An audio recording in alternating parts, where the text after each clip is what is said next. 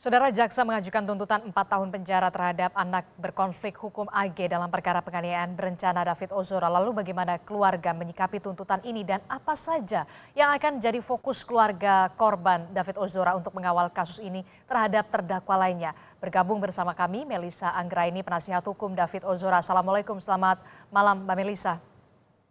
Waalaikumsalam. Selamat malam Mbak Adisti. Ya, Mbak Melisa, JPU menuntut anak AG ini 4 tahun penjara. Respon dari keluarga David Ozora seperti apa?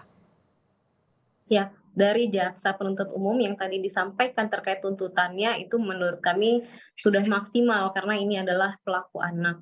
Dalam tuntutan tadi disampaikan sudah terbukti terkait dengan pasal yang disangkakan, pasal 355 ayat 1 Junto 55 KUHP. Dan tadi jaksa sudah menyampaikan terkait ada analisa yuridis, analisa fakta. Kami melihat itu sudah kuat, sudah terbukti keterlibatan dan kesalahan dari pelaku anak ini, ada 10 unsur faktual tadi yang tidak bisa disangkal terkait kesalahan anak ini, sehingga kami melihat ini sudah on the track dan kami melihat jaksa sudah cermat dalam menggali fakta-fakta di persidangan.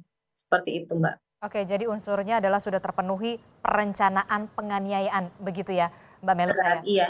Dan unsur dari hal yang memberatkan tadi disampaikan oleh jaksa, hal yang memberatkan adalah situasi atau kondisi anak korban yang sampai saat ini masih, di rumah sakit, di ICU dan itu mengakibatkan cedera yang berat, luka berat, bahkan cenderung permanen nanti efeknya, begitu.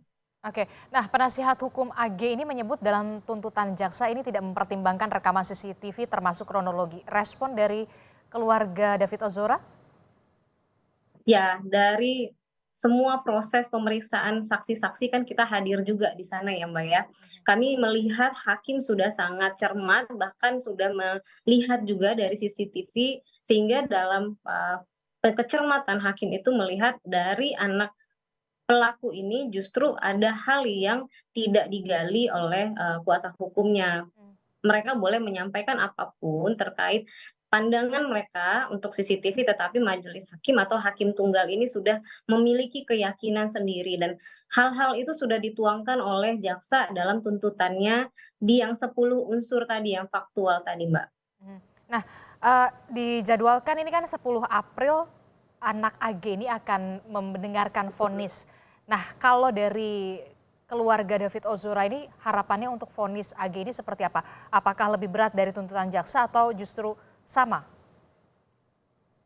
Tentu kita berharap yang seberat-beratnya terkait pelaku anak yang semaksimalnya dalam, pasal-pasal yang didakwakan, yang dituntut, dan kemudian divonis oleh majelis hakim. Kalau tadi jaksa penuntut umum kami lihat sudah maksimal, tetapi jika nanti dalam majelis memiliki pandangan yang lain sehingga memberikan yang lebih layak kepada pelaku anak ini, melihat dari faktual-faktual di persidangan, kami akan hargai apapun itu. Tetapi tentu saja itu harus berdasarkan kepada keadilan terhadap anak korban, Mbak, begitu. Oke, jadi vonis harus memenuhi rasa keadilan pastinya ya, Mbak Melisa. Iya. Mbak Melisa, ini kan kita tahu baru satu terdakwa yakni anak AG. Lalu bagaimana dengan harapan keluarga David untuk Mario dan juga Shane Lucas?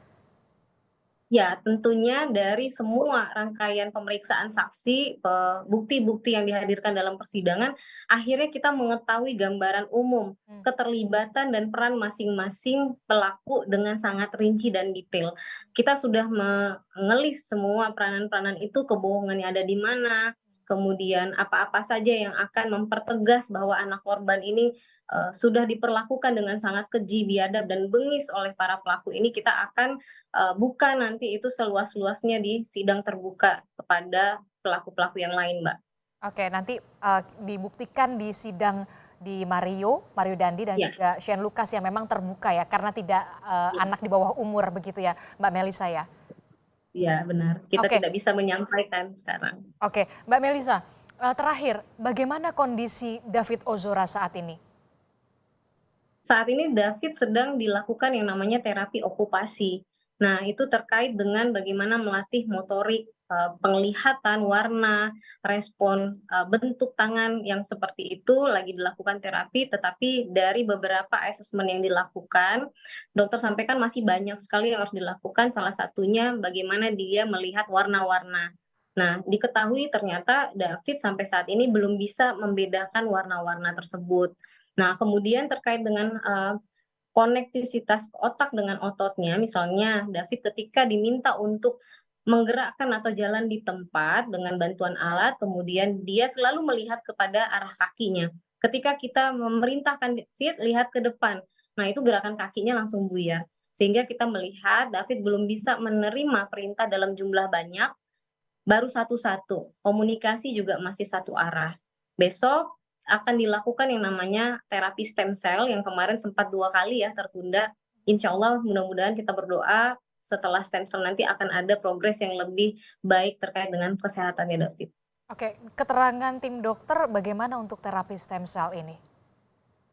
Terapi stem cell ini kan sudah dilakukan pengujian terkait dengan kondisi David, apakah memungkinkan dilakukan atau tidak. Dan alhamdulillah berdasarkan observasi dari tim kedokteran sudah approve untuk dilakukan David, tetapi bagaimana reaksi tubuh atau, sel-sel nanti yang menerima stem cell ini nanti akan dilihat perkembangannya setelah dilakukan. Jadi belum bisa dinyatakan dengan pasti oleh tim dokter, kira-kira works atau tidak terhadap tubuhnya David. Karena bisa juga stem cell ini ketika dilakukan ya sudah tidak terlalu berdampak. Jadi berbeda-beda, nanti akan terus dilakukan observasi, Mbak. Oke, jadi segala upaya saat ini tengah dilakukan oleh tim dokter untuk memberikan progres yang signifikan untuk kesembuhan David Ozora begitu ya, Mbak Melisa. Terima Benar. kasih penasihat hukum David Ozora, Melisa Anggraini telah bergabung bersama kami. Selamat malam, sehat selalu. Selamat malam.